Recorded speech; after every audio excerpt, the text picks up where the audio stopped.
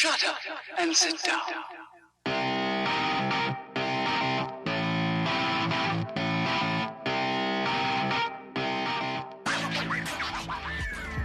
Believe in yourself because you came all the way to here. That means you must have some talent. You must have some potential. Just don't throw it away by just giving up. I let go of the handlebars, let go of the handles.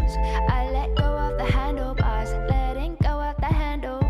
Yeah, I can't keep my hands off you or off my bicycle. I've told you once and I'll tell you again. Shut up, legs. I'd love to say that to Matt Legrand, Evan Price, Lance Hepler, and Jake Von Turing as well, but I'd probably get canned from this gig. Nevertheless, enjoy the Dialed podcast. Yep. Yes, showing up and participating is important. Trying your best is important, but neither deserves a trophy. If you want one of those, go win some. Do I look too cool? Do I look too cool?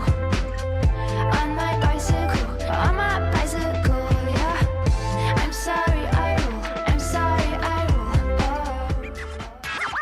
Hi, and welcome to the Dial Podcast. I am Jake Von During, and today I am here with Lance Epler. Lance Romance In studio. in studio. Yeah, that's awesome.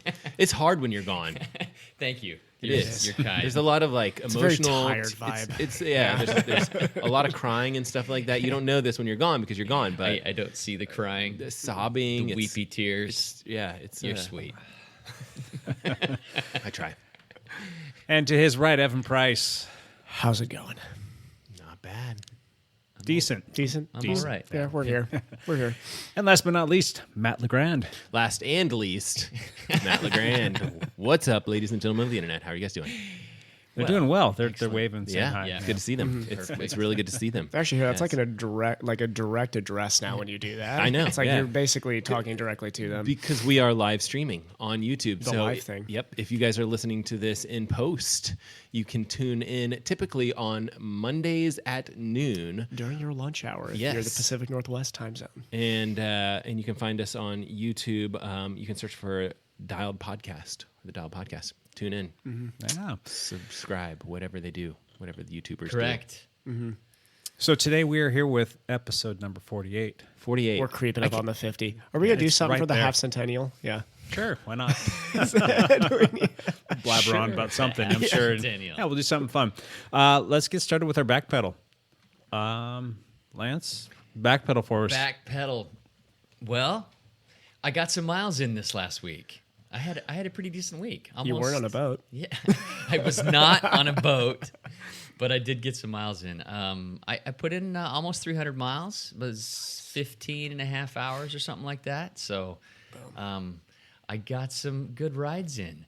I had a couple terrible rides where one actually in particular terrible ride because I was headed out and it was dry, and 20 miles out, the deluge of rain came, and I just rode soaked for the next 20 miles, just like trying to get home. So Did you have rain gear on? I had my rain gear on, but Yeah. it was cold. I was just kind of miserable. So anyway, but a highlight of the week, I actually got to ride with everybody at this table on Saturday. Yes, sir.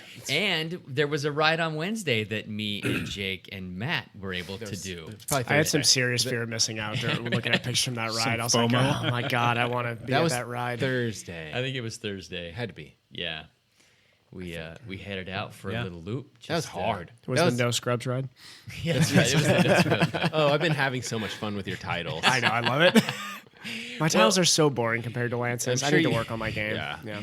Weezer put out this new album this Okay. week. Seriously? They did. They did. Was it the Teal album? The It's Teal like a Miami album. Vice looking thing. It's a covers album. It was just 10 songs, and they're all covers. Oh, did they put their Africa cover on there? Yeah, they put their Africa Oh, cover cool, on, cool. but that's they awesome. covered TLC, No Scrubs, No Scrubs? Okay. and like Aha's Take on Me. Oh, cool. And Paranoid. I think that's an Ozzy Osbourne. Let me ask you a question song. about that. I listened to I didn't listen to the whole song, but I listened to the whole album. Is that something where you're going to go back and listen to those over and over again? I didn't feel like they put enough of a Weezer spin on it. I mean, there's a little bit of their stamp on a couple songs in a couple of places, but it almost sounds like It's like they the were just world's trying best to- karaoke band Yeah. just nailed it, but it's like it's not Weezer. They're just trying to like perfect it. It Yeah. sounded like. There's a lot of people that do not like that Africa cover. I love that. I think it's great. I think So it's close. a great cover. I think it's awesome. Yeah. Anyway, so I like the album. Yes, I'm going to listen to it again. And they've got another album coming out soon as well. Yeah. But They're busy. Yeah. Wow. Good for Weezer. All right, so how are you feeling? How are the legs feeling as far as biking goes? Not to bring this back to biking, I was but going to bring it back to biking. I feel really good right now. yeah. I'm better than I thought. And I'm sure we'll get to this. We had a team ride on Saturday that we were all at, all four of us. All four of us. Plus, It's gonna be part of all of our back pedal. Yep, plus 22 other people or something. We had a big was group. huge. Well, That mostly When we just us. left, it was 25 or 6, and we picked up 5 more along Yeah. the way. So we were about 30. About 30 people rolling. On a very cold day, too. So 30 people on a day that was not like, that it warm. was Yeah, chilly. when we left my house to ride over to meet, it was 37 or 38, if Yeah. I'm not mistaken. Chilly. Yeah. I was just thinking some of those first couple like, pulls, like when we were out at Vancouver Lake, which is, for those of you guys that aren't from this area, it's kind of a flat area without stoplights or whatever. And you have a big group, and there's some solid riders there. It's just like huge group. Not there weren't a lot of scrubs, as No. as Lance would say. There were And no so it was scrubs. kind of like you could have a pack of 30 people rolling at 30 miles an hour. Yeah. That's crazy to me. Yeah. It was a big group, and it was a lot of fun. Yeah. We had made it clear at the beginning of the ride that it was going to be a drop ride, which meant if you dropped off the pace, tough crap. Yeah. Basically, Try not catch to. us on the right. on the out and back. Which was great. Which No was one great. had a problem with The it. ride's No ride's one. a bunch of out and backs though, so it works very nice. I mean, it's an awesome. Yeah. We really workout. Like it's not a fearful drop ride. Like there's some rides you go on where you're like, oh crap, like we're don't doing wanna get dropped. 8,000 feet of climbing and I'm gonna get dropped. And this is bad. No, this is not one of those Yeah. rides. Yeah. In fact, the way I looked at it was like, go ahead, let him because Yeah. there's so many opportunities to circle back. It was like, go ahead and let yourself get dropped Yeah. on this first, and then bit just be the here, rabbit on the way back. and then yeah. here and here, and then it's like that you're saving yourself a little bit of energy for being able to get more miles in or Right. whatever it is. So it's pretty nice setup, that ride. So Yeah. It was good. I know everybody had their own experience on this ride, Yeah. so everybody will get to tell their own experience Well, about this ride. I want to hear the Lance experience from this ride. Well, it was. where did you go? It was frustrating because I really, really wanted to ride with the group, Yeah. but we had flat issues. There was lots of flats. Yeah. And I'll let That's you just the guys tell nature your of this stories. ride each year. Evan had a flat. Jake had a flat. Right. And A lot of other people had flats too. And I felt a personal need to stay with Evan and stay with Jake. I felt so bad. I just wanted to. You didn't care about me, did you? Well, you didn't flat, Matt. Sure. You stayed with the group. You're a jerk. I didn't flat either.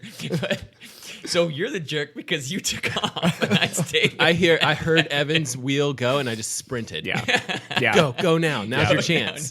I think everybody heard it. It was not a subtle flat. It was good. Well, and because you were right on my wheel, so it was Yeah. kind of like it was one of those things where it's like, You got is this lucky. my I wheel? was It I was could've been feeling mine. good. I was getting ready to make sure that Matt was getting dropped from that group. That was my one goal. I was like, as soon as Matt peels off this front, Yeah, he's I getting would dropped. have. I would have no problem there. So I was frustrated because I really wanted to ride with the whole group, to hold 24 or 25 or 26 miles an hour on all these flat sections and be able to rotate with people. But what ended up happening is 35 miles into the ride, Evan unflatted, which was unfixable, and I'll let him tell that story. And Jake and I stayed with him to try to get it worked out. It didn't get worked out. So the group went ahead, but Jake and I and 5 others tried to catch back onto the group. And what ended up happening is there were 6 of us pacelining, trying to catch the front group. Okay. But Jake and I dropped the other 4.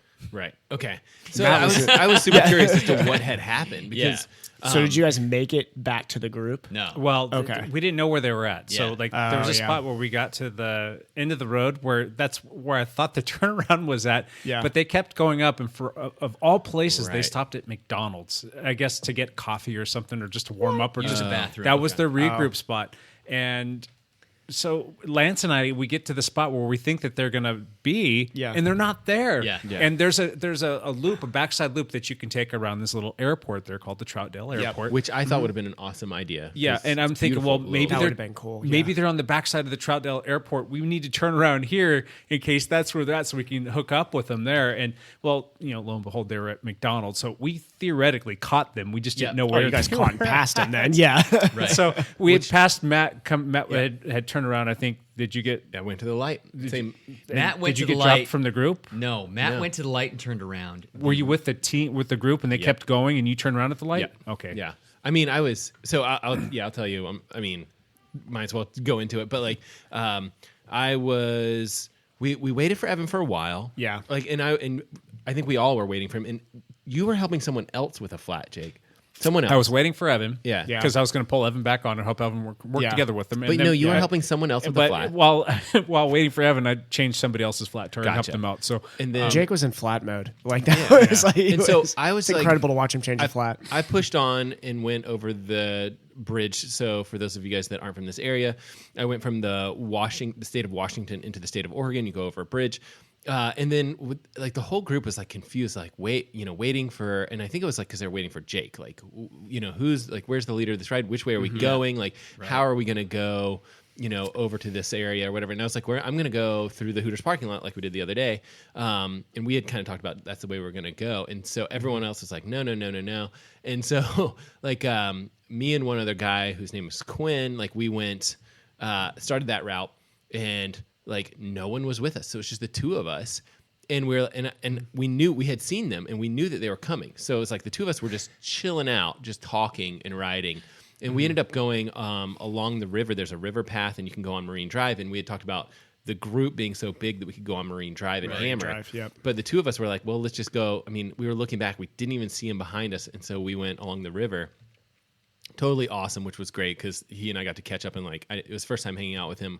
Got to know him. He was a collegiate runner. So it was like we had oodles of stuff to talk about. You Yeah, seem it like was a cool awesome. guy. Yeah. And so then we got off the path and got on Marine Drive. And we were going pretty solid, and all of a sudden the team came up on us, so we hop on the team wheel or whatever and hammered our way all the way out to Troutdale. And at that point I was like, I'm done. Which was awesome. I was really like happy with my ride and proud of it or whatever. I'd worked really hard, and I was actually excited to ride by myself home because I knew I could just ride my own pace. Right. So I turned around and I start going home, and Quinn was like, he started to go with those guys and was like, no, I'm done too. And he turned around and he caught back up to me, and I was kind of like, oh, I guess we should, keep that, get rolling again or whatever. But he and I had a great rest of our ride or whatever. And we did see you guys going out, and it wasn't, you guys weren't that far off from that stoplight. If you think about it, you were by the airport at that time. Yeah. So what is that? It's probably a mile or so from the group. So you just missed 'em. You were catching them. Yeah. And they went underneath that overpass, and then they found some place to turn around there. They turned I guess left and- McDonald's. yeah. Yep. We were very close to him, less than a quarter of a mile away from him. So Well, and then Jake and I were coming back, and Were you guys weren't- hammering, well, the two of you? We were tempo riding because we weren't exactly sure where the group was. So Yeah. we were kind of trying to catch you. Okay. And so, Well, but and we went steady. Yeah. And then we had the two of us to work together, and we Right. went steady. And then I pushed a little bit going over the 205 a little bit, and then Quinn is super strong on the bike, but he was like, he had drank like 4 ounces of water, like he cracked, like he bonked big time, and then got him a gel, and then you guys were closing me down because I basically went straight home, and you guys were following me pretty closely. yeah, Lance went straight to go finish out the rest of the ride. I needed to kind Oh, of you did? Okay. shut things down because my shoulder was starting to get a little like fatigued and, Yeah. and starting to feel like it wanted to like just be done. Yeah. So I mean, that was Yeah. your longest outdoor ride so far. Oh, right. yeah, By a lot. bar none. Yeah. And then my thought was like, I know Matt went up to 205. I'm like, I Yeah. kind of started like after this stupid 205 bridge. Every time you Oh, go it's up terrible. it or down it or whatever direction you're going, the wind is always Yeah. blowing in your Yeah. face. Oh, it's a I don't guaranteed know what headwind. it is. It's Yeah. like it swirls through there, and I seriously, it's always hitting you in the Yeah. face.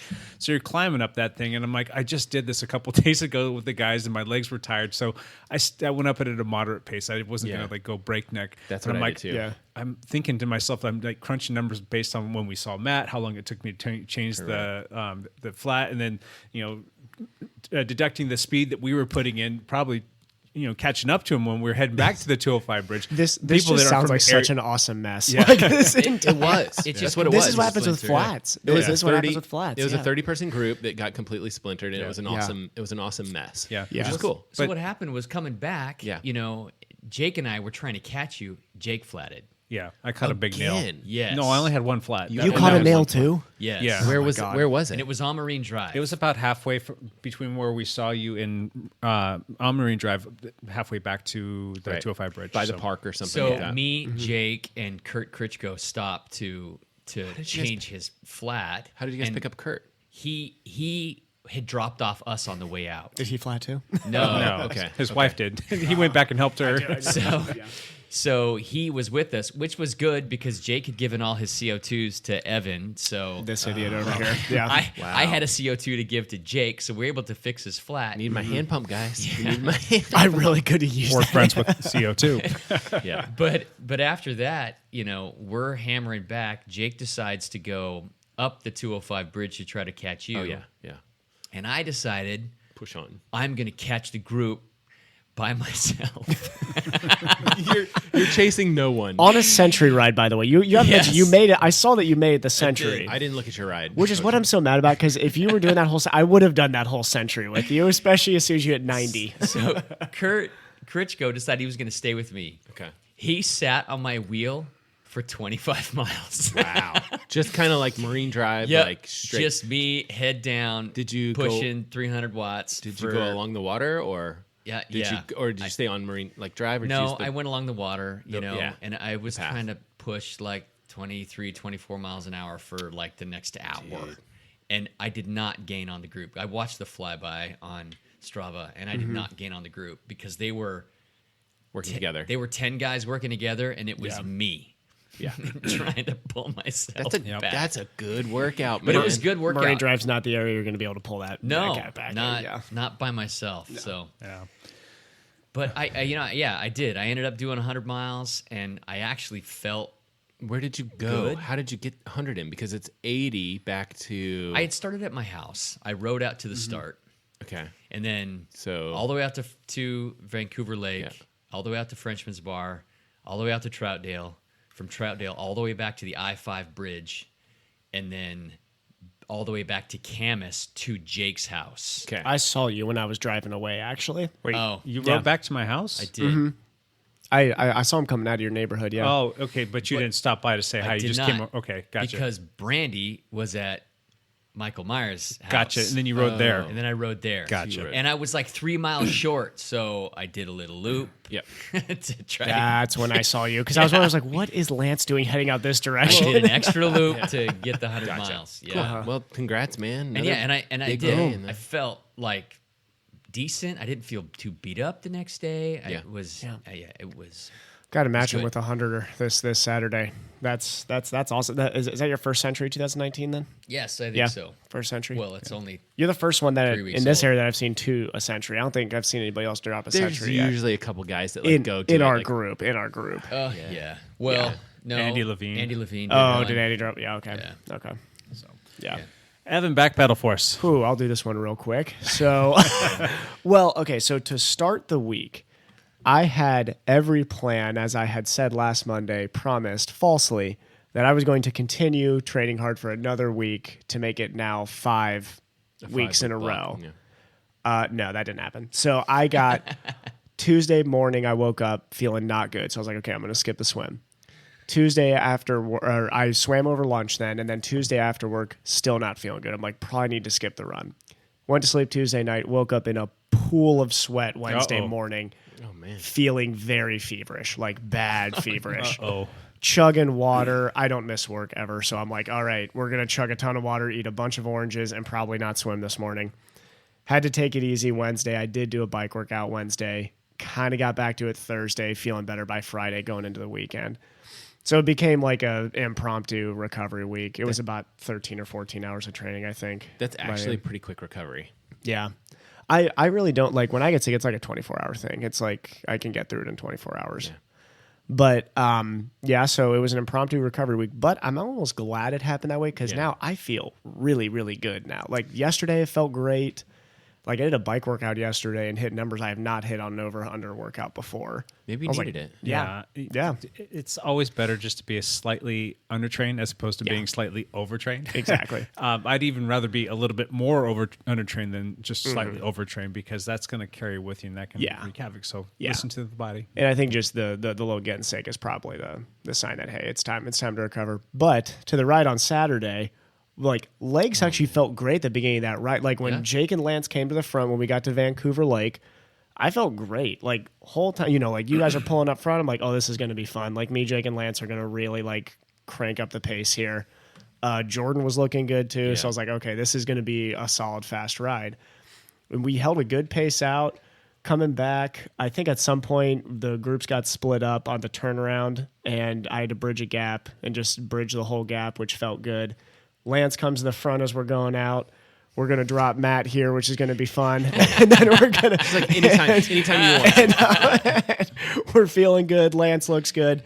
And I hit a nail so gosh I heard. It actually kind of made me jump a little bit. Like, I thought for sure I'd blown off the back wheel as soon as it happened. Like, that's how hard I hit this nail. Immediately have to pull over. Me and David start to change it as quick as we can. I did not check the rim well enough. Put in a tube, pop the tube. And then Jake comes back as we're trying to get the second one in. And at that point, I had checked the rim, and that nail did a number on that rim. Like, Shredded it. It went straight through that tire and just scraped up the rim. Yeah, it had like little barbs and Scraped up. Okay. Yeah, like really scraped up the rim to the point Gotcha. where, so Jake does his MacGyver thing and tries to get like a little patch on the rim. We booted it, and it would have worked, but that wheel... We pinched. Yeah. That wheel is a Shimano Tiger wheel. nightmare. It's solid. Yeah. But it's so hard to get Tires tubes on the or yeah. rims, not rims, tires on the bead. Yeah. And then once you get it set I up, it's snapped the hard to lever see because again. the depth of that wheel where the tube sits in there and whatnot is pretty deep. So it's kind of hard to see if you've actually got the tube underneath the bead of the tire. Yeah. It just pinch flat. As soon as we hit it with CO2, it pinched and it just popped right away. I was like, son of a... Yeah. And we probably could have made it work, but Evan's like, no, I'm done. Get out of here. Just leave. At that point, I'm like, I have already ruined this ride, so I need like everybody just go at that point. But we had a big group wait for a little bit and then push on. It was not a big good. deal. Good. I mean, I'm glad people pushed on at that point. But yeah, would have loved to hang. That would have been a fun ride. Yeah. I was anxious to just do some work with you guys. I know. and I it really wanted to see. It just splintered. It just fell It did. apart. It did. We'll make it happen one of these days. But yeah, outside of that, looking forward. I've got already planned out my next 4 weeks. There's going to be a ton of volume, and February is going to be kind of where I build the base for the race season. So it's going to be fun. It's awesome. Matt, backpedal, bud. Matt's phone backpedal for us. He's doing Shut up, Siri. Yeah, awesome week. So, a couple things. I think maybe 2 weeks ago I said like, this is the biggest swim week I've ever had. I think I topped that again. Well done. Yeah, I know. Yeah. Like really swimming solid amount of volume, and I did it in like 5 swim days as opposed to 6 or whatever. So another 18,000 plus yards or whatever it was, like good solid amount. Still haven't cracked 20 yet, so that'll happen at some point.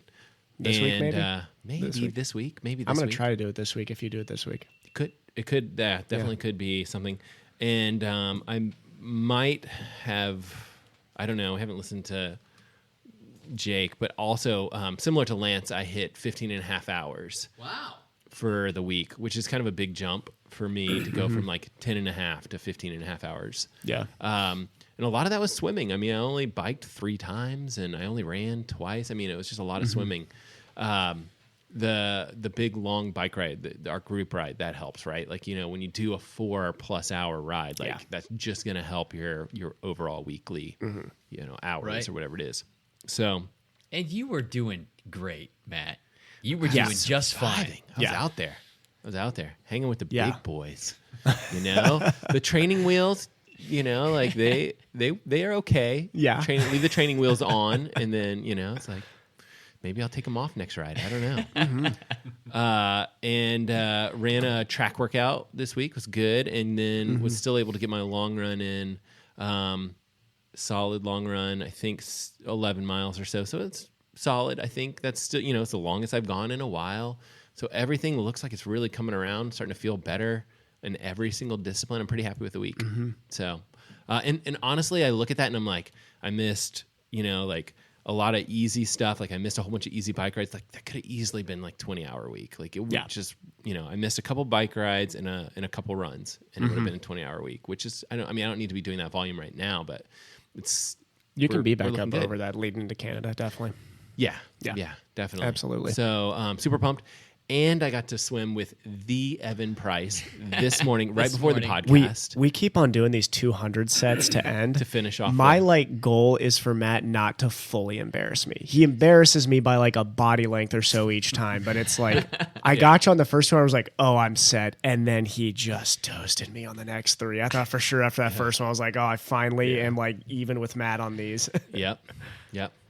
I think we're having fun. I mean, we have this cool group. On Mondays. We're getting faster, the three of us. Well, I mean, like you and me are getting faster. Nate, I assume, is getting faster, but he's so far ahead I can't tell. It's hard to say. He's just dominating us in the water, which is good. So great week. Jake, how was your week? Not too bad. I had a good solid 10-hour week for me. Awesome. And the best part about that is the vast majority of that was outside. Yep. Yeah. Wow. I think more than half, right? Well, more than half. It was about 6 hours of it. So we did the team Zwift ride on Tuesday, which was good. Yeah. Good workout. And then... Which you should all know I got dropped on. Did you? I did. Well, that's just because you had just gotten off the boat. Matt dropped me on the Zwift ride. Yes, you did. No. Yeah. Well, you'd already ridden earlier that day, too. So Yes, but I don't think I did, though. If you go back and look at it, I bet you I did. Because I clearly remember as soon as we went hot at the last 4 miles, the whole group rode away from me, and I was like, screw it. I shut it down. It's so much worse when it's virtual. That's right. Yeah, because I sprinted with that 4 minutes to go, and it was literally my sprint was less than a minute or something like that, and then I was like, yep, that's it. That was 30 seconds more than me. Okay. So you dropped me. I didn't think I did. If I'd known that, I would have waited for you and chilled out, because I totally I was like, and I'm cooling down. Are there virtual flats? Is that a thing? It's a virtual No, flat. I just how funny would that be? All of a sudden, you get a flat, you get a pull over. It's like a penalty box for a minute. Stupid. It's already stupid enough as it is. A minute. Let's be honest. Lance's would be 20. That's Lance is closer to mine. So we did that. Did the little ride that Lance alluded to on Thursday outside with Lance and Matt and Chris Eric. Chris Eric came with That us. was a cool ride. It was nice. That was fun. You guys waited for me. I appreciate it. You bet. It was awesome. I loved it, man. Then that team ride, and I cursed myself. I shouldn't have said this beforehand. It's told everybody before we left, this is going to be a drop ride. Yeah. If you get dropped, then they're going to keep riding. You just try and hook back up as best as you possibly can. Everybody gets flat. Know the route. And it said, and if you get a flat, I'm like, oh crap, I don't want to just leave somebody stranded. I'm like, I'll stop with you. So I volunteered myself. So I stopped with everybody I saw.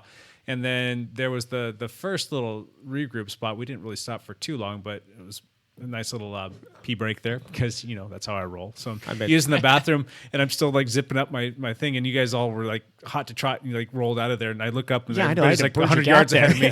I'm like, God, so I'm hammering to catch back up, because you guys are already getting back up to tempo, and just as I'm just about ready to catch the group, I see a pair of sunglasses on the ground. I'm like, oh yeah. I'm I saw I when can't. those dropped. I'm not going to ride right by those and whatnot, and let you guys, to catch up to you guys. So I stopped and turned around and went back and picked him up, and the group rolls away again, and I give them to Mike Hamness, because he was the one that dropped him. It was Mike. It was funny, because Mike, he's right next to me. He hits kept a bump. riding hard. He's didn't like, screw it. I'm staying with the group. Forget the sunglasses. And I look back and I'm like, Mike, somebody stop for your glasses. That was me. It was Jake. So I give him his glasses, and then you guys are hammering away again. I'm like, Was this out at Vancouver Lake? yeah, this is heading out now That to was- Frenchman's Bar. And so I had my head tucked down. I was putting down 370, 380 watts Yeah. for probably 5 or 6 minutes trying to catch back on. I start Wow. passing some people that are dropping off. And I see the group kind of coming to focus. I'm like, nah, screw it. I'm not going to just work up to get to them, because we're just going to go up there and regroup. We were supposed to stop and regroup.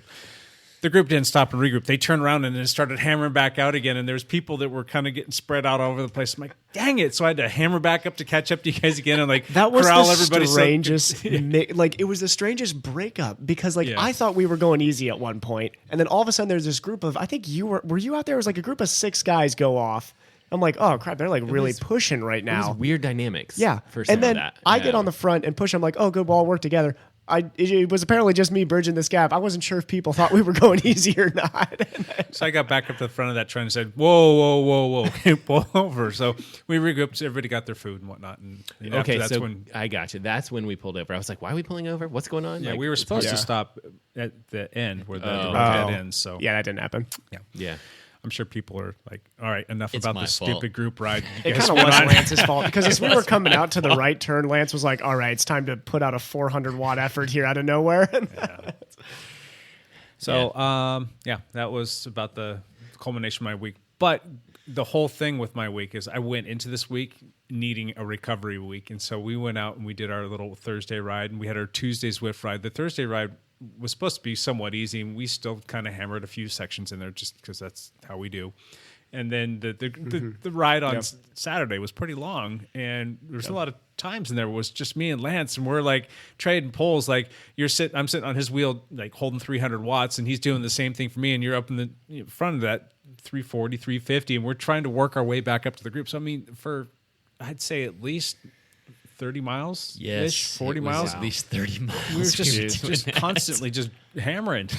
So did you end up with 80 for the day? I was 80. Okay. I got back to my house and I was like at 78.9. I'm like, I can't have that. And so I went up, rode around the school, and came back to the house and I finished it up with almost 81. So, I'm dying to know like how your shoulder felt for that long ride and how like your body, because that's the longest ride you've done some long stuff on the trainer. Yeah. But it's My different. It's legs were different, fine. Legs were fine. The shoulder was starting like it started to get fatigued, and then when your muscles starts to really get fatigued, and it feels like it's gonna like not give out, but just gonna like just be done. Just like kind of like ugh. Yeah. I didn't want to hurt it, so I was kind of babying it once I left Lance, and I was trying not to put too much pressure on it and being mindful of things that I was hitting. I was like cautious the entire time with it. So, but I think it's a testament to the physical therapy that Evan's been doing, and then me trying to spend more time with It's a my testament to the work that you've been putting in for it. I mean, really, that's, the home exercise stuff that he has me doing, and then trying to ride with my hands on the bars a little bit more, and that paid off. I mean, I was able to make it through 80 miles. So that part is good. And actually going to see the doctor tomorrow, and I get to find out like kind of what the status is, and he's going to do some testing on it, and I'm sure I'm going to have to go back in for another EMG.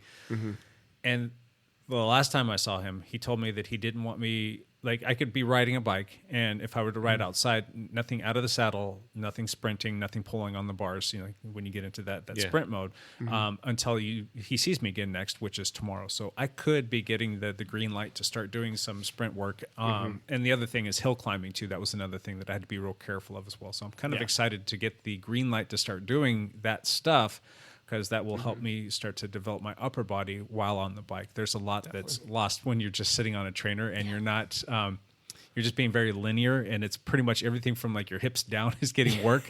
And then, anyway. It's also why it's harder to put out heavy watts on the trainers, because there's only really half your body that's doing Yeah, any of the you watts. can get out it and sprint, especially with these Wahoo kickers that we all use. You can definitely do some out of the saddle sprinting stuff, but it's just not the same as being outside and putting yourself through the paces and working out. Specifically for developing like that sprint power, which isn't just your legs, it's your whole body. And I haven't been able to do that, so I'm hoping to be able to do that. So How about like nutrition or anything like that? Did you feel pretty low by the end of it, or you felt okay? Taking gels? Or? You know what? I've been intermittent fasting for a long time, so I think my body's getting better at metabolizing fats as opposed to needing that glycogen in there and feeling that bonk.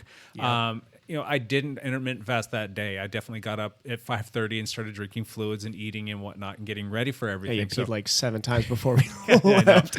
I was a little nervous that I was going to cramp, so I did drink extra fluids, and of course, what goes in has to come out.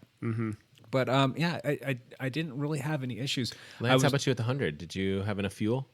I had 2 bottles and I ate 2 packets of the Scratch Lab chews. You're good. That was it, and I was okay.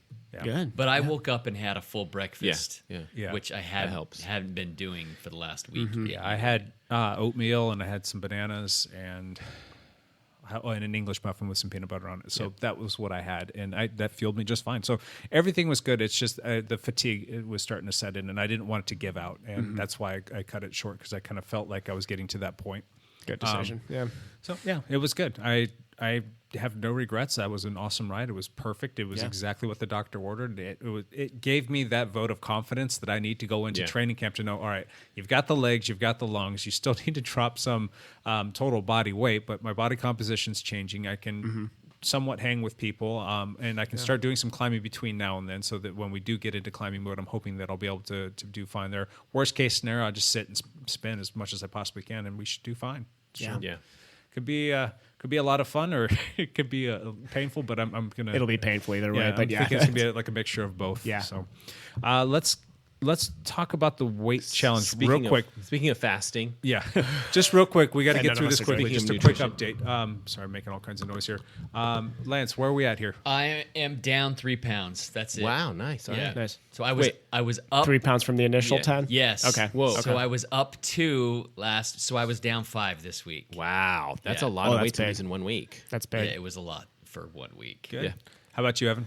I am at 154, so up 2 pounds from last week, Okay. down 3 pounds overall.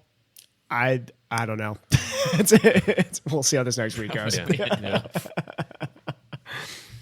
How about you, Matt? I don't remember what I was last week, but I'm getting pretty close. You were hinting that you were getting close. I'm getting close. Yeah. How Well, close? it's weird because you and I have been I'm going to have to talking. go on the starvation diet here Yeah. if he's close. No, I we cannot let Matt I win. think prior to this weekend, I think I was like within 2 pounds or so, or right around 2 pounds. And then I enjoyed my Sunday, after my workouts. And now I'm like 3 pounds, I think, within 3 pounds. Within 3 pounds. Yeah. So I'm close. 3 pounds away from winning? So Yeah. you're down Okay. 7. Down Wow. 7. Yeah. Yeah. And I will be close by Monday for sure. But I think we should have something where it's like you hit the weight and then you need to hit it like 2 days in a row or something like that. So it's not just like I starved myself for 1 day. Dehydration. Yeah, Should- that's should the we say problem that I'm going to be dealing with. 2 this. consecutive mornings you have to hit it? Do you want to do that? I'm gonna Take a picture of 2 consecutive mornings, I guess. when I Yeah. win, I'm gonna just share my data. Share my data with you guys. See how I phrase it. You're assuming I'm not going to just fast for the next 2 days and train normally and hope that I can hold that then. Yeah, because that's healthy. Yeah. You may or may not die. Says the medical professional. Yeah. So you gotta call your shot and say you hit it for day 1, and then when day 2 Yeah. rolls around, it's kind of like playing Uno. You got to say Uno Exactly. and you got 1 card Uno, left in your yeah. hand, and then if nobody's got Oh, that if you- draw 4 pounds on Matt, then he gets to 4 lay down his last card. And he's If you done. hit it, I am like going to bring cinnamon rolls over to your house and eat them right in front of you. That would be awesome. Yeah. I have seen so many different numbers on that stinking scale. Yeah.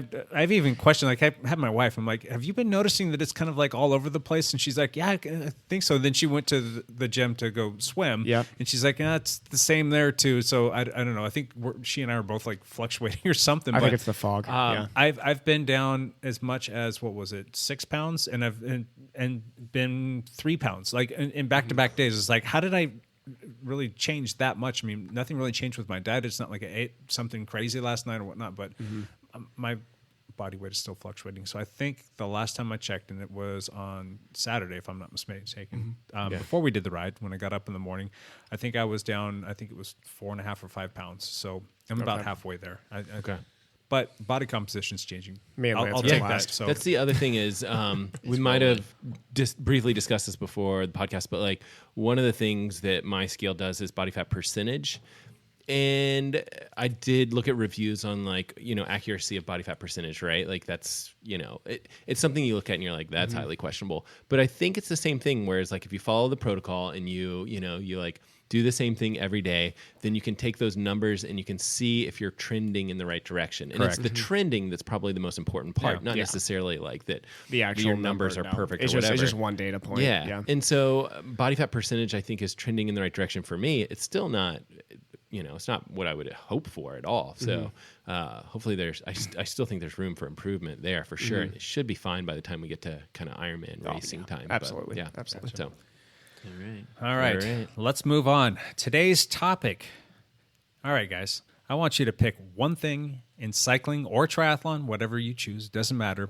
And I want it to be something that you either really love or you really hate. And then you've got to make your case as to why you want that to be either mainstream because you love it or that you want it to go away forever because you hate it. So let's run around the table and start with Lance. Lance got this look in his face like, I don't have, or I'm not sure. I don't hate anything. Do you want us to come back to you, Lance? No, I thought about this for a long time. A long time meaning an hour since Jake gave us this assignment. Yeah. But the thing that really came to me as I was thinking about this is something I really love that I wish was more mainstream, and that's gravel riding. And I guess we've talked about gravel riding. Would you say gravel riding or gravel racing? What do you mean? Or how about just a gravel bike in general? Just gravel bike in general. So Lance is going to make the case that everybody needs to own a gravel bike. I would Yeah. definitely want to make the case that everybody should own a gravel I'd bike. be down You for that. just want people to ride with you, which makes sense. Well, What gravel bike do I need? you just need something that can take 38 or 40 millimeter tires. Yeah. Because you're just going to have a softer, more comfortable, Yeah. beautiful, less flat ride, you know. And the best thing about gravel rides is no traffic. There's no cars out there. You don't deal like with the that. cars. Yep. So that's why I love it. You're usually in the mountains or in the country, so the area is beautiful, and I you know, getting out on those backcountry roads, I love that stuff. Let me play devil's advocate and say you don't have cell coverage where you are. Correct. And to me that 50% of the time, half the time you don't have cell coverage. And Yep. you know, instead of sea lions, you have bears that are the bears are the bears of gravel. Cougar attacks. and so, you know, gravel riding, no. Horrible idea. So we're going to have to get you one of those little GPS devices that Garmin I makes where really- you can, I think you can text with them, if I'm not mistaken, Yeah, but they maybe. can at least track where you're at. Well, yeah, and if you can get a GPS signal without cell coverage. Oh yeah. Yeah. Yeah. That's the point. Yeah. So you take that, I mean, you just have that for emergencies Yeah. and one more thing for you to carry on the bike, but I'm going to push for you to get one. I'm going to talk to Brandy. The beauty of gravel riding and gravel racing is you're out in this beautiful country. You don't have cars to deal with. It's if you have the right bike, it is just comfortable. It is not like a rattle fest like you would think, because you're riding on tires that are 38 or 40 millimeters and running it 20, 25 or 20, 35 Oh, okay. psi if you're running tubeless. Yeah. And so it just smooths it all out. You know, it just smooths it all out. So that's the beauty of it. In this region, gravel grinding is definitely, I'm sure, worth it. Yeah. There's so many between the western states out here. There's got to be so many good routes. It is kind of exploding. I would say it's definitely growing. Last year in the Oregon area, we had how many gravel races on our calendar? There might have been 3. I think it was 3, I yeah. think there was 3 gravel races on our calendar, and this year there's 8. Yeah. I think, and a couple of them are. There's a 3-day event and there's a 4-day event here in Oregon. wow. Yeah. Yeah. Well, 4-day, that's they're huge. also recognizing it now as a sanctioned race, Right. and you're getting bar points, which is best all-around rider points, which is kind of like this overall competition that everybody who's involved with OBRA, the Oregon Bicycle Racing Association, will compile points throughout the course of the year, and it's a competition. It just keeps people coming out. And the same thing with USAC. There's points that you get for the racing that you do out there, but it's official now. They're awarding people bar points for these Right. races. So Yeah. That's pretty cool. So now you have a gravel specific bike, right? I Which do. is probably the setup and the layup of the framing is slightly different than cyclocross, probably a little bit lower, or It's a little slacker angle, so Yeah. your front wheel is not tucked so much underneath you. Yep. It's laid out a little bit more, so they're a little more stable. and is that A BMC? What? I have a Norco. It's Norco? a Canadian bike. Yeah. And you like it okay? I do. I had some major problems with the crank when I first had it, and we finally solved that after a year. It took a year to figure it out, but we finally figured it out, and I do like it. Nice. Yeah. So, yeah, it's carbon. It's comfortable. It's you know, it's not a cheap bike. It was a $3,000 bike Right. or a Yeah, yeah. $3,500 bike. But And you're you can get probably it- one of your favorite bikes. Cheaper Yes, than it the time is. trial bike Yeah. still. Yeah. By a lot. Yeah. And you can get a decent gravel bike for a couple grand. Right. Yeah. But those are big numbers to swallow for a whole separate thing if you're not going to actually do it. Yep. And I invested in it because I plan on doing 5 or 6 different races this year, gravel races. And those race options will just continue to grow. Yes. I mean, I'm Yeah, sure it's they true. will. It's just going to be like cyclocross. The schedule's going to keep on expanding and expanding. The problem with gravel bike, like, you know, if you're a manufacturer, is that you run into the. I mean, as a manufacturer, I think they see it as an opportunity to sell more bikes. So they're, you know, it's like we've sold you a cyclocross bike, now we want to sell you another bike. So they're going to make those bikes. But I think you run into the problem of like the difference between cyclocross bikes and gravel bikes is a little bit more minuscule, and Yes. because you can use, you know, one bike for both. Yes. Either, you know, take one direction or the other. But like, I think you have that problem. Yes, there'll be more choices, but you also have the conflict of like taking a cyclocross bike and just using it for sure. Yeah. So, That's true. swap out tires. I mean, Yeah. you don't even have to swap out much at all. No. And I've done a lot of gravel rides on my cyclocross Yeah. bike before I bought the gravel specific bike. And there was one event that Yeah. that prompted me to get a gravel specific bike, and it was I was on my cyclocross bike. I was coming down a gravel descent, and I was moving pretty fast, 25 or 30 miles an hour down this gravel descent. It was not steep. Not smart. It was not steep, and it was straight, so Yeah. I was kind of hammering it along, and I hit a soft section of gravel. Oh, no. And what happened was, because the cyclocross bike, that wheel is over it. tucked up underneath you, I went over the handlebars just like that. Just plowed into the gravel with my head. You get higher center of gravity to the bottom brackets Yeah. on are higher just because you want more clearance More for all this clearance. stuff. Yeah. So it just makes it to be a little bit twitchier of a ride. Yeah. And so after that, and I'm out in the woods by myself. Yep. No cell coverage. No GPS phone. I'm like, am I okay? Am I injured? And I wasn't injured. And of course I had to, reef my Softly landed in Did the not. gravel. No, I drilled my head in the gravel, but it was soft gravel. Yeah. So once I got the gravel bike, that thing just descends like a dream. Right. I can bomb on that thing and feel way more comfortable going on it. So what are some other knocks? Matt brought up one. What's another knock for gravel riding that people would say, no, I don't want to do that? You generally can't leave from your house. True. You need to. You got to drive an hour. Destination thing. The Yeah. destination thing. But you probably could, your gravel bike is fine on the roads. Correct. So you can probably go from your house, Yeah. literally, and bike for an hour. It probably is an hour. Right. So To get to a I good, put decent in gravel. I put in 20 or 25 miles to get to the start of decent gravel. Right. All of a sudden, that's a pretty long day. Yeah, that's true. Yeah. If I want to put in 40 miles on gravel and I add another 50 getting there and getting back, You have that's a long day. You're going to have a century day. What on else your do you have gravel to do? bike. Come on, That's a man. good point. Let's not go down that road. Sterner, you're not gonna move the Lance compound, the Romance That's compound. not there's no plan to move the compound. Okay, just checking. All right. All right. Well, I think you sold me, Lance. I got to get a All right. gravel bike now. Gravel stuff. I like it. I like it. All right. Evan. Okay, so I'm going to do a cycling one here. I'm not going to talk triathlon on this. What? So I would like to see You're if off the team. there was a time period. This was maybe 3 years ago, 4 years ago. I'm gonna give some history on this, when the hour record became really popular for pro cyclists to give a shot. So when Gen Z did it? Yes. He came back and did it? Yeah. Yep. And then when Wigo took it in 2000, I got the dates here actually to make sure I'm not getting it wrong. 2015 is when Wigo took it. Yeah.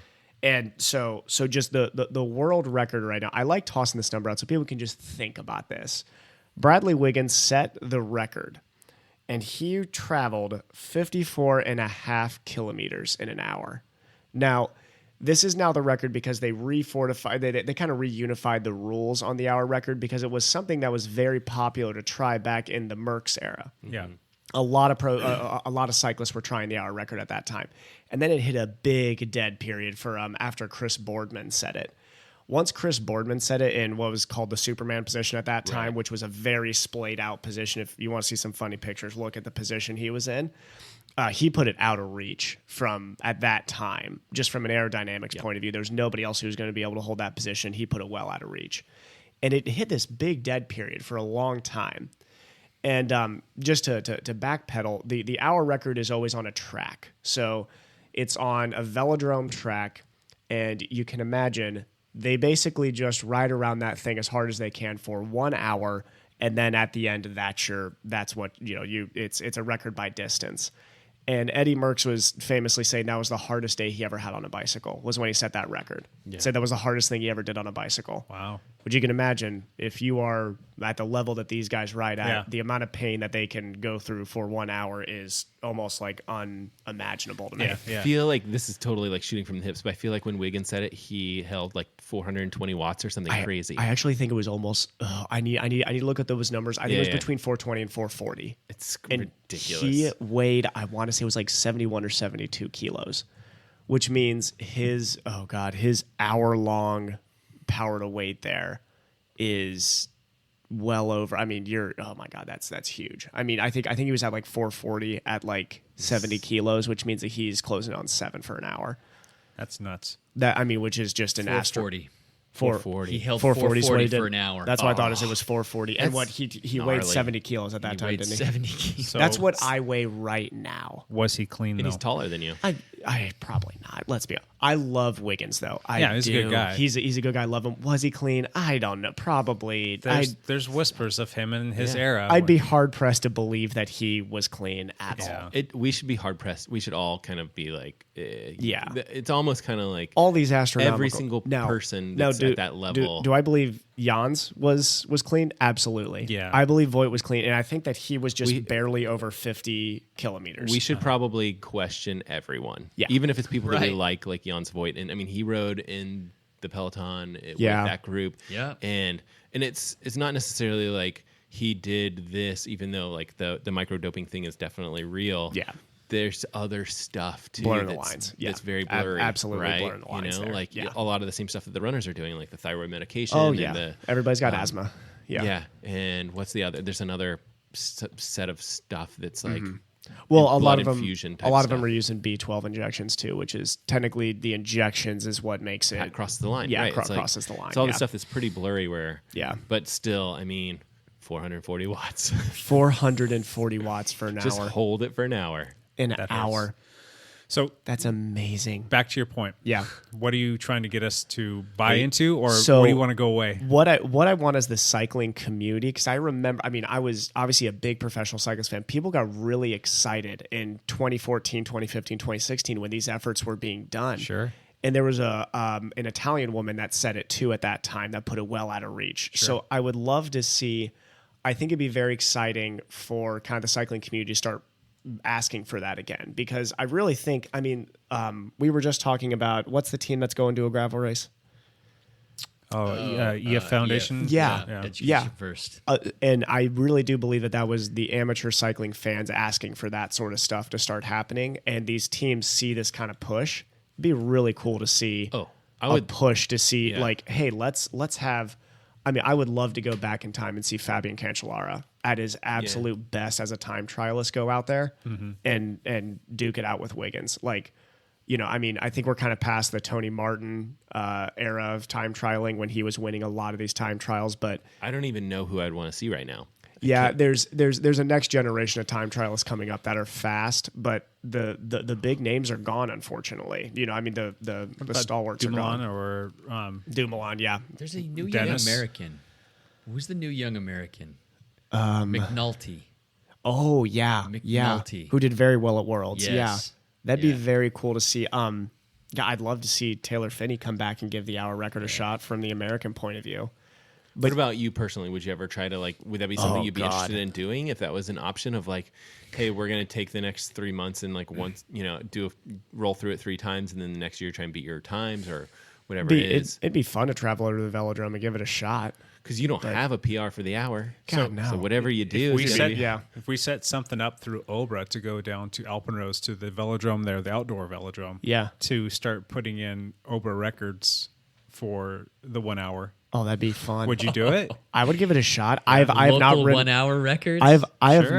have not ridden on a track, but after I would come down a couple weekends, train on it, and then That that'd could be fun. kind of fun though, because you could break it out into all the different categories. Yeah. and you can have an overall for men's and women's, and just let it ride. Yeah. So that would be my ask of the local community is let's actually start trying to do the hour record as it's so much more.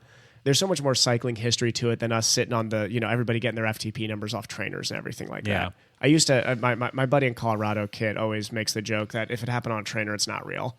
That's like his joke, but that's because he was a big hour record fan when that was happening. Ryan Lee made some comment on our live stream. He said, with Zwift, we theoretically ride year round in the Pacific Northwest. I think that was tying to the previous comment that he made about Matt's comment.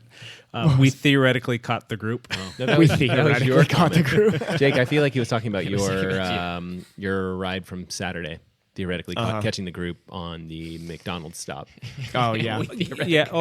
Did you say it? Or I guess I did say that, huh? You said that. Oh, crap. It was me. You virtually caught the group. Well, Yeah, we did. We just didn't If know where you they were were on at. Zwift, you would they're have blown playing by hide them. and seek with Whatever. us. They're playing hide and seek. All right. Never mind. You can throw me on the So bus. I don't no mind. theoretically hour No. records on the on No. trainers. But let me get the record that Wiggins set is 54.5. So we're talking that's just under 35 miles an hour, isn't it? 54.5 kilometers. Kilometers. I believe that is like 34 and a half miles an hour. That's ridiculous. That I think is a more ridiculous number to look at than the watts. It's like somebody break it since then? Or no, is he no, still that's the- still. the There's been a record lot holder? of guys who have tried. I could have swore there was somebody else. Maybe it was somebody between him and Zerbel, Tom Zerbel was close. I think the Tom Zerbel technology was is very interesting close. too, right? Like they're using Yeah. like dual disc wheels and just interesting stuff. Yeah. Like from a time trialing nerd perspective, like that stuff, is interesting to me. Yeah. And it goes back to kind of your point, which was like, this was popular. People were paying attention. Yeah. This stuff is cool. Yeah. I wish we had that back again. And it's very 33.9. 33.9 So 34, miles an hour. yeah. Yeah. And this is where the question is, I know, I think it was GCN had done something as, is it possible for the hour record to get over 35 miles an hour? And I think absolutely. I mean, you think at some point, I think Dumoulin is definitely fitter now than when Wiggins set, because Wiggins set that record when he was 35 years old. Yeah. He was at the back end of his career. Yeah. Still very fast and strong time trialist, but not at his best. Dumoulin right now is at his best. And there's a lot of other weird stuff too, where it's like if you look at like along that process of like when they picked the day and the location, it has a lot to do with the air pressure. Has a lot to do And with the air so, pressure, yeah.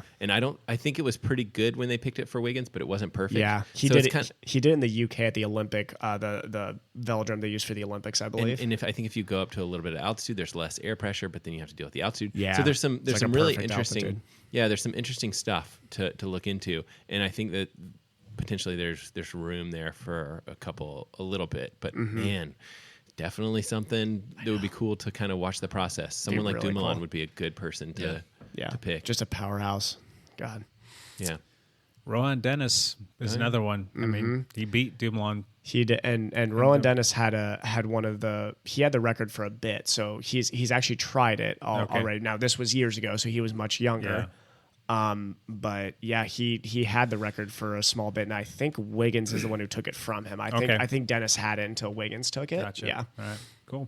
All right, Matt, sell us or make something go Right, away. right. Yeah, the real question was like stuff that you guys really love or stuff that you really hate.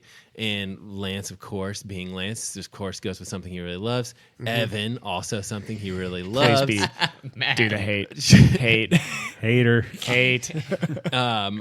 So race medals.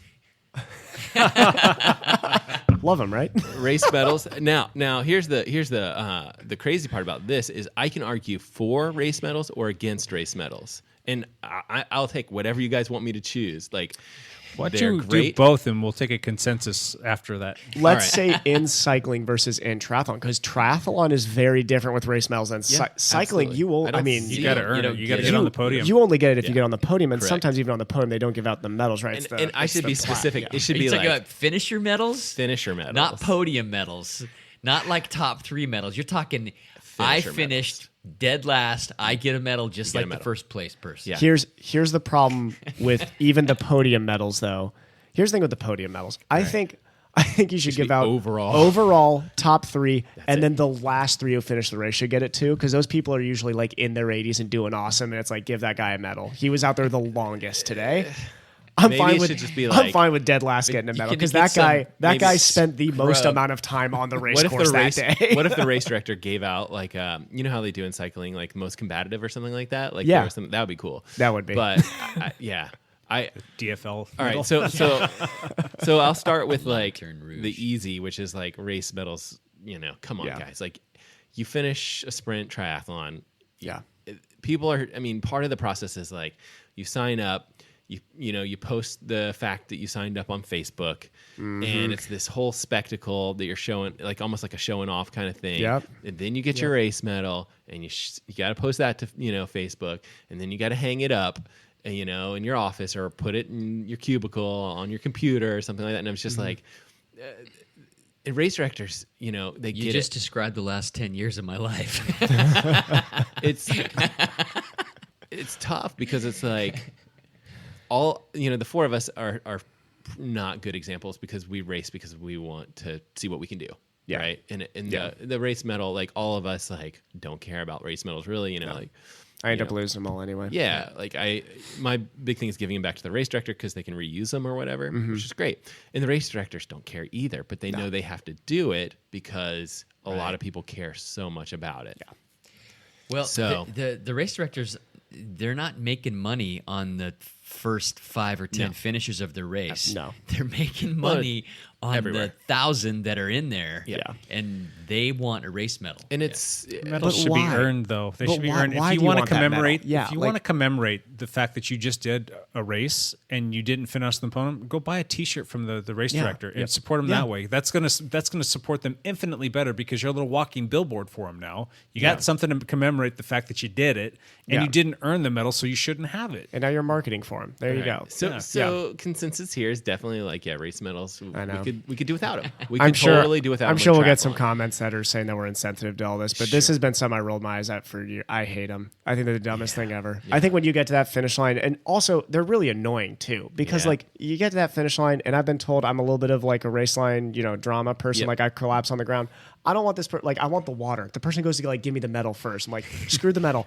I need the water right now. Like I need 4 Gatorades and a water. I kind of like my Ironman medals. I feel like those are kind of special. Yeah. It's a nice little piece of memorabilia. I probably just like you guys, I have hundreds of medals. Yep. And I don't know what to do with them. Yeah. But there's maybe Accidentally lose them. there's maybe 5 that really mean something to me. Yeah. And it probably is stuff that's like Ironman races, potentially like you do, a 200-mile gravel race, like that medal's kind of cool. Yeah. So I've actually got an idea for us here. Now this comes from my group back in Ohio. They had a program. I'm going to mess this up. I forget the name of the program, but I believe it was through a children's hospital, and it was something that a group of triathletes had started, and everybody gave their old medals in, and it was like a cancer. It was like an oncology, children's hospital, and they went out and handed out the medals to the kids there. that'd be cool. I thought that was the coolest thing. Yeah. Yeah. It was very, very cool. So the counterpart of this is like, is easier also. It's like, hey, we should keep medals in triathlon. It encourages people to do these races. Like, enough said. Like, that should be a reason to keep them. And people are paying for them with their race fees, and so Maybe the race fees can come down, though, if we take away the medals. I'd like that. That'd be great. Yeah. So, anyway. Buy a T-shirt, folks. You don't need a medal. Yeah, I like race T-shirts, for the most part. I have a lot of those. I agree that we don't need race medals, but for the participants, for the couch potatoes who are getting out there, I think it's a motivating factor for them. I think it is. Because I have hundreds of medals. If somebody has 2, it's a much bigger deal for them. Or 0, and it's their first triathlon. First one. So that could be motivating for them. And they're not sure if they're going to finish, and then they finish. Right. So I don't know. Does that actually motivate people to finish, though? Yeah. It doesn't become a conversation piece, though, because you're not wearing that thing out and about and all around for everybody. Yeah. The generally speaking, the T-shirt makes more sense Exactly. to me. Or the hat. But the thing is there's in Ironman they have this. They have like a finisher shirt. Yeah. But You gotta most before the races, race. most races are going to give you a race shirt when you sign up. Right. So that means great job on signing up. You know, it doesn't mean that you finish the race. So, and I mean, well, then change your little paradigm there to you get your T-shirt once you finish. You Sure. bought it, but you don't get it until you finish. So that's your carrot. I'd be fine with that. That's I'm also the way fine without medals, and I'm also, you know, That's fine. the way the Portland Marathon did it every Did they? year. Yep. I think that's good. Is you didn't get your finisher shirt. You didn't get a shirt until at the finish line. I also used to be like, That's kind of a cool way to do it. Yeah. I also have this theory that it's bad luck to wear a race shirt that you didn't do. Like that's that's bad. that's bad mojo juju, there, right? Bad Yeah. juju. Ooh, I will have say, though, a- I use a bag Yeah. from the La Quinta Indian Wells race because Right. it fits my computer perfectly into it. It's like- I never keep, I usually don't keep the stream bags because I have too many of those. Right. But Cassie did the race and she got this like awesome like La Quinta bag. And I was Right. like, oh, I'm definitely going to use that. and it's been perfect. I have yeah. stuff that like I have like a New York City Marathon jacket that's super nice that Asics gave me, and it's like, this is super nice. This is probably like 100. And so it just sat in my closet for a long time. I finally gave it away to someone Because you never ran it. but I never so, ran it. Yeah. But it's like just because it's bad. I mean, I think I feel like you've done enough races to justify it. Yeah, I feel like we need to be careful of being like, yeah, it's bad luck or whatever. But are we really that superstitious? There's one medal that I have that I could actually never part with and never give away, and it was when I finished the Boston Marathon. 10 minutes before the bombs went off. Yeah. And that was, not a lot of people finished that marathon that day. Yeah. And That's true. That was a So then I guess traumatic playing event, playing devil's advocate here. I know we all talk about the finishers medal stuff, and we can all go on that. But some of these bigger events, bigger moments, like having something like that is pretty cool. I know It's got some panache about it, basically. yeah. So And I mean for me, I will say there is one that I'm keeping that actually I still have with me. And it's the Santa Cruz one. I'm keeping that Santa Cruz medal probably for as long. Well, you killed it. You I should. would say, well, it was just it was a very important race to me. Right. I know I could have done better and I will do better in the future, but like that was an important race to me. So I'm keeping So that one. this is the tricky part where we're all like, yeah, medals are Yeah. okay if it's a what about to that challenging person event. at that 5K who it is, just a barely got challenge. off the couch and that 5K medal's important to them. Yeah. Yeah, I'll give that. I think it's tough. I don't know where we draw the line. Like you say, like, hey, if You you, have do to a ask if it's marathon, important. sure, it's okay. If you do a half Ironman, sure, that's okay. Yeah. If you finish a sprint triathlon or a 5K road race, like, no. Like, I don't know. Yeah. So we could draw a line in the sand and something that the four of us could agree to, but I don't, it's hard to say that that's fair. Anyway, I thought it'd be an interesting topic to discuss because Maybe Ironman should have like a first timers medal. So like everybody who's finished their first Ironman gets a medal. Here's That'd your be cool. medal. If you're on number 5 and you finish the middle of the pack, give him a T-shirt. head back home. Yeah, buy a T-shirt and head back home. Ironman's a long way, man. That's a long day. Yeah, it is. I have not done one, so I should not be speaking on the Ironman. But yeah, Well, halves are long days, so you've done a lot of those. yeah, they are long days. Cool. Mine. Let's hear this. Is it a love or a hate? It's a hate. They need to go away. Be gone. Be gone. done with you. And Yeah, I think two the bike haters. industry is listening Me and too. Lance are just really, really positive people. over That's here. right. Rim brakes. See ya. Oh God. Okay. I like this because I love. Okay. I like the part of the argument piece here. Bring it. So rim brakes are heavier total component pieces. If you look at total components, Really, they are. Yep. I didn't know that. Wait, disc brakes are heavier. What did Disc I say? brakes are heavier. What did I say? Correct. Yeah. You said Disc brakes are rim brake. heavier. Yeah. By So- how much? I don't know. How much are we talking about? I feel like maybe they could get close. I feel like, but Are we anyway. talking like 200-300 grams here? Okay. So rim brakes are lighter. Correct. So argument one. Mm-hmm. Argument number two. Rim brakes are probably more affordable. That's starting to change, my friend. Yeah. Okay. How about Also not as available now. in a time trial, you're not needing to brake a whole bunch. So it's less important to have great braking. But when it is important, all of a sudden something happens. When it's important, it's you important. You never know when you're going to need to stop on a dime. Sure. Okay. And time trial bikes are notorious about being terrible for that. You don't always ride your time trial bike in just a time trial. You got to go out on the roads and train. If you got to go out there and interact with cars, good to have brakes. People, other riders. This is true. All right. Argument number 5 is aerodynamics are better on rim brakes, especially now because you can actually hide them within the fork and do different things like that. That's becoming negligible as well. It is becoming negligible, and depends on like the how much, like we're talking about crosswind versus like head on and things like that. Yeah. So yes, I think safety trumps all. Yeah, I agree with that. But being able to stop in a reasonable amount of time, right, trumps all. Absolutely. I'm arguing for the sake of arguing. No, I love it. But I know. No, I mean, Rim brakes are easier to install and easier to repair. Yeah. There's true. often rubbing with the disc brakes can be annoying. Can be annoying. There is a little bit of an adjustment, I think, with time.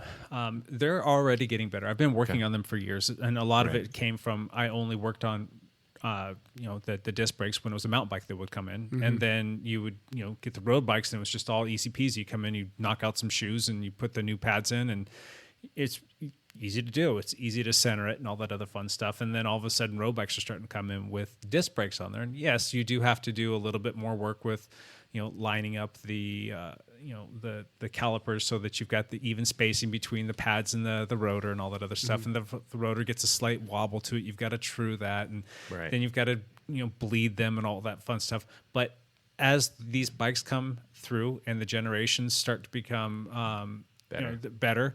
Like SRAM, for instance, their road bikes, I used to think they suck, but now I think I actually prefer bleeding their hydraulic setup over the Shimano stuff. It is so stinking easy just to slam it in there. And Lance can attest to this. We just did it on his bike the last week. It is super simple. I mean, and I hate saying that because I don't want to lose business, and some people are still going to be scared of it. But if you've got hydraulic brakes, and especially if it's the SRAM stuff, if you've got the right bleed kit, it's like anybody can do this. It's not rocket science. You're just going to push a couple bubbles out and you're done. It's lickety split if you've got the right setup. And the new stuff bleeds extremely easy.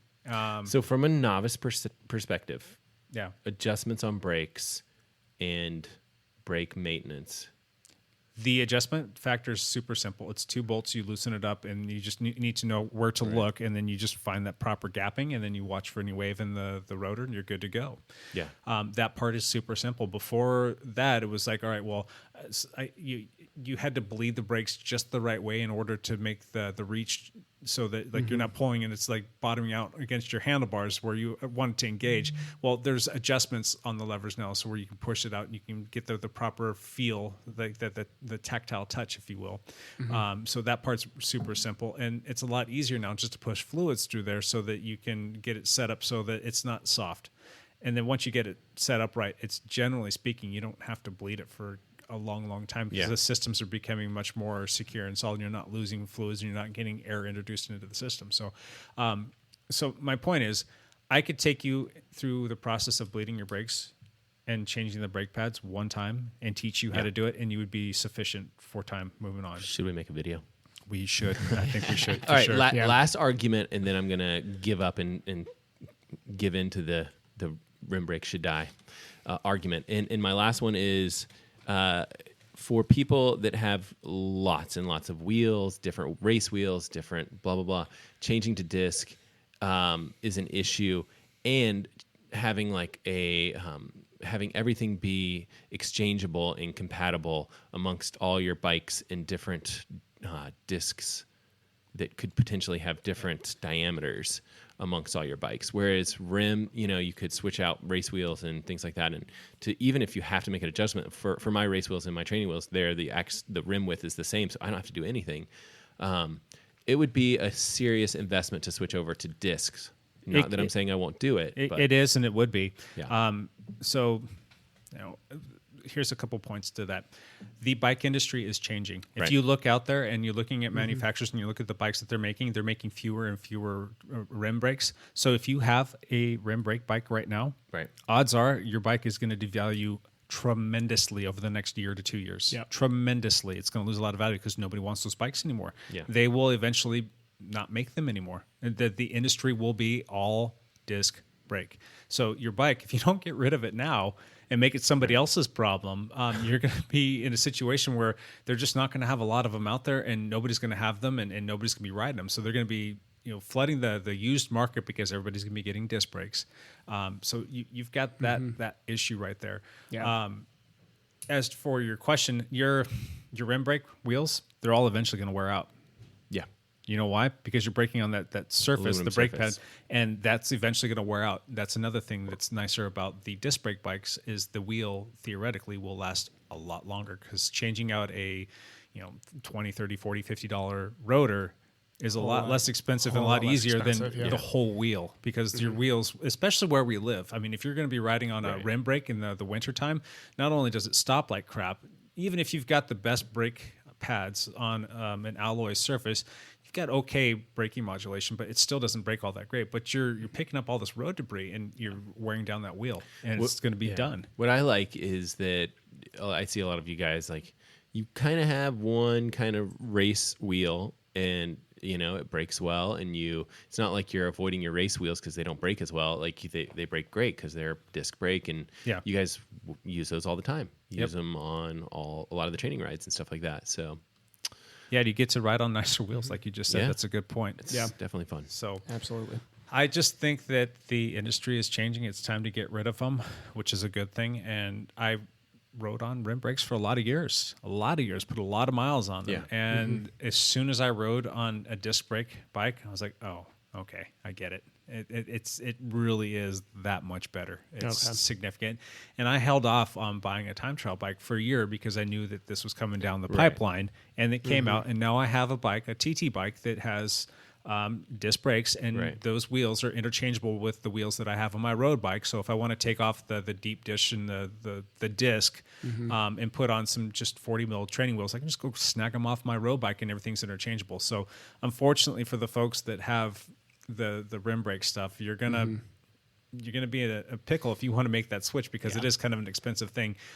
But if you wait too long, your stuff's going to be worth even less. Yeah. And if you wait too long, it's going to eventually wear out anyway. So you might as well just kind of suck it up and make that change. So otherwise, it'd be like listening to a cassette tape in today's day and age when you have MP3s. Why would you continue to Don't do make that? fun of my cassette tapes.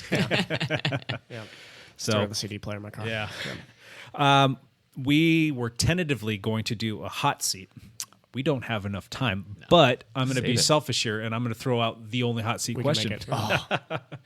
Unless somebody can trump this, but this kind of dovetails into the ride that we had this past weekend, and it kind of dovetails into this conversation that we're just having.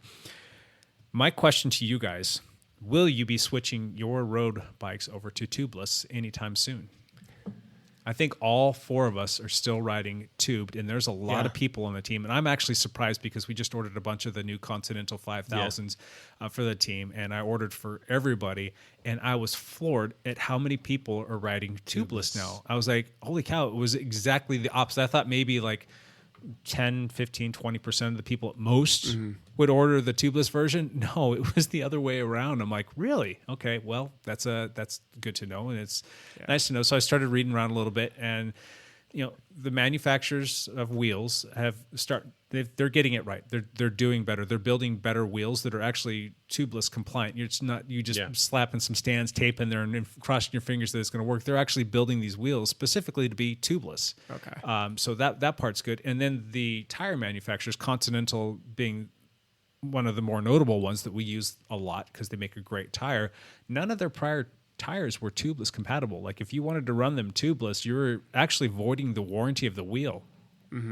So fast forward now, the new GP 5000 has come out, which is a fantastic wheel. You get better rolling resistance. You're getting free watts out of it.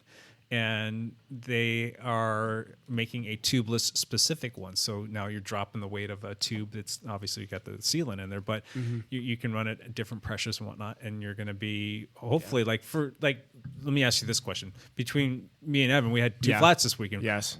Would the nail that that's a both good of us question. said, would the sealant have closed that up? I don't know. I don't think so. I think mean, when you have like I don't know. catastrophic failure. I looked at his tire, and Yeah. it was You just guys looked at it, I didn't look at it was just a simple like in and out kind of puncture, but it went all the way and got the rim. Yeah. But I don't know. Maybe I don't know. it maybe would have been able to survive it. The Yeah. sealant might have. It might have. It wasn't a gash. It wasn't a slash. in No, the no, tire. no. It wasn't like it went straight. It was hooked, so it kind of like rolled in and hooked in, and that's how it scraped the rim. But yeah, And I'm curious if it would have worked for me as well. And Yeah. in years past, I've seen people that have that exact same scenario, and that's the scenario that I always have told people. That's why I hate tubeless setups, because that nail goes in, it comes out, and all of a sudden this white mist spray is going everywhere, and I'm grabbing brakes to get away from you because I don't want to get covered in tire sealant. Yeah. And next thing you know, you've got tire sealant all over your bike, all over your drivetrain. You've got to take the tube out, or got to slam a tube in there, so you got to take the tire off, and you got sealant coming all over the place. So it's just a big giant mess. yeah, Tires are changing, wheels are changing, the sealants are getting better. yeah. Is it time to switch to tubeless, guys? Every bike I own is tubeless except my road bike. Yeah. And I question when it's time to do it. Yeah. You know? Well, you've got the same wheel set as I do. We've got the head. Had 40 something. Vanquish. Vanquish. Yeah. So, and those are supposed to be great tubeless setups. And now we've got these new GP 5000 tubeless tires coming out. I think there's some testing that needs to be done. Maybe a video, Matt. Sure. Video. I like it. So, I like it. will you guys be switching to tubeless, Matt? Evan, Lance? It's always. I feel like it's always tempting. I feel like it's been tempting for a while. I feel like, when it works, it's great.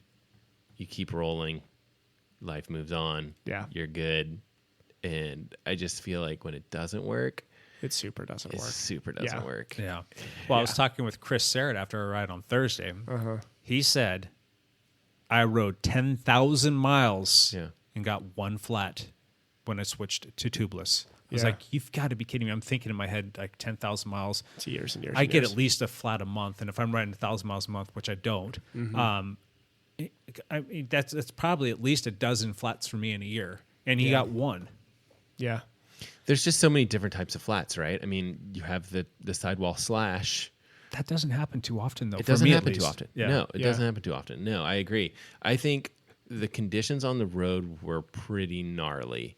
And I was going to be very surprised if we made it through this podcast without talking about like types of tires or, some sort of discussion about like what we can do to mitigate that situation where like we had you two had flats, but like there was 30 people on bikes and there were a lot of flats. Yeah, whenever we ride out to Vancouver Lake, though, Vancouver Lake is a mess. there's always. I mean, But, when we but did Marine Drive was gross too, Yeah. and when you're kind of in a tight pack, you don't have a lot of room to move around you don't to get the avoid pullouts, yeah. sloppier sections. If you're biking by yourself, you can kind of I feel like you can steer clear a little bit better. Find the clean stuff. Yeah. Yeah. Yeah. For me, it's yeah. So on my money's all going into my time trial bike here coming up, but I really need to assess. Everybody at this table knows this. I need to assess my road bike situation, which is probably just in time for replacement. Yeah. It's time. I've You'll be realized faster, I know, which but I is- really have like an attachment with this road bike. I really do. That's good. I have like an emotional attachment to this road bike. keep It will be. Yeah, I'm going to keep it. Yeah. But Hang it up it's- on the wall. It's a nice little Yeah. conversation piece. Then It is, but yeah, it's going to Decorative be art. after the beginning of this season when I get my time trial set up all good. The next step is a new road bike, so it's going to have to happen here at some So point. when you're I doing, will probably go tubeless, to be honest. yeah, when you go out to do a race or a time trial, would it make sense though to be tubeless? Because you're gonna like if you get a flat, you've got to stop and change it. At least you're giving yourself a fighting chance to maintain air pressure to finish a race. And Yeah. does Right it make now, more sense? Right now, I'm on the Victoria Slicks, so I'm not tubeless going Yeah. into this season. That's because I really like that tire, and that tire really like. I mean, But it's like I've told you guys, my guys race, like my race mindset in the 73 is if I flat, the day's done. I don't bring kits. I don't know why. I mean, people ask me like, that's dumb. I'm like, yeah, I know it's dumb, but that's like my mindset is if I flat, the day's done. Yeah. So yeah. Well, now if you hit tubeless, tubeless nail or wire or yeah. piece of glass, and you've got that tubeless sealant in there, and it theoretically does its job. It can hold on. Yeah. The other question so it may not be a is, bad idea to look into that. I think you can gain rolling resistance benefits by going tubeless. Again, there's all kinds of different pieces of the puzzle. Not with the slicks though. I think the slicks are about as good as what's been tested so far, right? I think tubeless ends up being better, like lower rolling resistance. We'd have to look it up, but like you can do latex tubes and things like that make things better. But I still think tubeless ends up being better on rolling resistance. Again, someone will correct us if I'm wrong. Hopefully they'll chime in the chats or whatever. But I think those are the numbers. And so then there's real advantages for you to say like, hey, if I lose this race, coming up by 3 seconds, like it's a really close race, that could have been the difference, right? Or whatever it is. Absolutely. So if you're listening to this and you've got an opinion on this or you've got experience on this, do chime in on our Facebook Be very interested page. to hear. The Dial Podcast Facebook page would be fantastic to hear that. I'm just curious because I want to know for racing in the future, I think there might be an advantage there. Or for big group rides, if we didn't have... How many flats were there that day? 5 or 6? A lot. If we didn't have 5 or 6 and everybody could have stayed together because there weren't mechanical things going on, that just makes for a better ride. Yep. Lance and I wouldn't have been chasing the entire day. So, it does. I'd like to hear from everybody and see what you guys I feel like have. this is one of those holy war arguments where people are, really adamant of, one way or the other. And so if you'd asked me 6 months ago, I would have laughed at you and said, no way, I'm not doing it. But things are changing, guys. Yeah. So, and I've got to be realistic and take a look at this and say it might have finally made it. And that's what I we could should ride do 10,000 miles on discs and tubeless without flats and no brake problems. I would absolutely sign up for that tomorrow. Yeah. But that's what we should do is test. Yep. Yep. Cool. All right. One last thing. Matt, start us off. Oh, I don't have too much to say. Always thanks to the listeners who are chiming in, taking their time to listen to us. I'd love to hear a little bit more about you guys. So drop comments on the Facebook thing like Jake just mentioned recently. I've got probably a video coming out this week on the YouTubes. My YouTube channel is youtube.com/mlegrand. That's MLEGRAND. I think I'm going to talk about a specific track workout. Nice. And then sometime in the near future, I'm going to do like beginning novice triathlon type stuff. Like, I'm not exactly sure like, hey, if you're coming and you know nothing about triathlon, like what do I need to know? Like what do I need to do to get to the starting line and potentially the finish line of your first triathlon? So that video, look for that either at the end of this week or next week. So you coach someone how to get a medal? You know what? Get that medal. They might even be able to medal. Get the medal. You might even be able to get them to medal. Yep. You put out a video this past week too. What was that real quick? I did a swimming workout video, and it was actually pretty. It was good because I've done the workout once before, and then I did it one more time prior to the video going out, and it was like a 4,000 meter workout. And it was pretty cool because the way like the end of the workout goes, it's like it's 15 by 100, which sounds brutal, right? Like you're hearing this in your mind, you're like, that's going to be miserable. Yeah. But the way it's set up is like you do kind of like 4 gradually getting harder and then the 5th one easy. And then you go through it that rounds 3 times or whatever to make 15. And you're just like, wow, all of a sudden you get all these meters in or yards, depending on if you're swimming meters or yards. But it's a great way to get a lot of swimming in. Yeah. So check it out. Yep. Good stuff, Matt. Good stuff. Evan, one last thing. My last thing. We need some sun. Today we got a little bit of sun, but it's already gone. We need more sun. We just need more sun. That fog yesterday was like claustrophobic. I couldn't take it. It was. I was like getting like, was anybody else getting super bummed out? This is like, I know this is this time of year. I'm like new to this region, and I know it's like I've only now been here almost 2 years, but like, God, every single time my this wife time was of year getting comes around, very cranky. She's like, this needs to go away. She's like, even that stupid wind that we had a couple weeks ago, if that came back, I'd be happy. Oh yeah. Now, Jake, real quickly, comment from the live stream. Your wife is doing her first triathlon probably this season. And then the question was really targeting towards Evan and I, and it was best beginner triathlon PDX area this summer.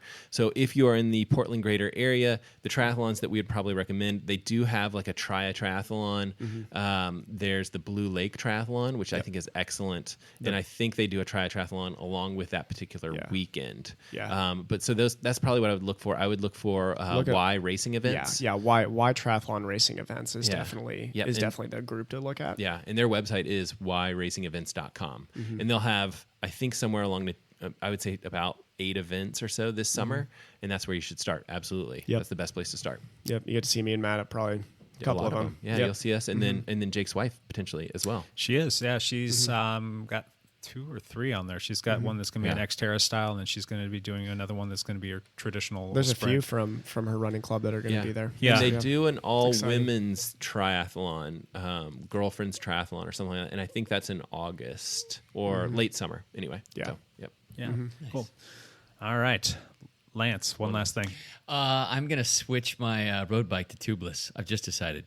I love it. I added some tubeless 25 GP 5000s to the order for myself because I want to give those a shot too. So really, there's not a good reason. I don't have a good enough reason not to do it. Yeah. Well, it's if nothing else, just try it out. If it sucks and you have problems with it, then guess what? You can go on back. So I think my wheels are tubeless compatible. I could totally try it. So. All right. Yep. My one last thing. Evan, we did yours, right? Oh, yeah. Yeah. Oh, yeah, I got it. Yeah. Sorry. I'm having one of those Snickers moments, guys. I am like calorie deprived. I was thinking the same thing. Like today, I've been like hungry right blabbering now. on and stepping on my own tongue all day long. It's just I had like coffee for breakfast this morning. Hungry. Yeah. You got a big workout. And I don't even put creamer in my coffee anymore. It's just straight black coffee. It's just not even calories. That's like negative calories. There's no calories. Yeah. You're like burning some as you're drinking it. So I haven't eaten since dinner last night at like 6:30 or something like that. So I'm hungry. So pardon me. My one last thing is I just wanted to say I was proud of my wife. She went on her first road ride. There you go. This past weekend. She's ridden a mountain bike. That's awesome. Quite a few times on dirt. But she did her first road ride outside. She went out to Vancouver Lake with, I think, 4 or 5 of her friends, and she was on a borrowed bike, which I was like, I can't believe my wife is having to borrow a bike. I was about to say this. If you see all the 45 bikes in the garage, and your wife borrowed There are literally 45 bikes. I have one that fits her, and it's over in Vancouver at the studio at Movement Revolution, where I share some space with Robbie over there, and it's her size and everything, but she didn't want to ride it because it's too expensive of a bike. It's a BMC SLR1, so it's God, it was SLR1 so it's probably like a $5,000 or $6,000 or $7,000 bike, and she's like, I don't want to ride that, and she's like, what if I crash, or what if I don't like it, or then it becomes used? I'm like, oh, okay, all right. So she borrowed one.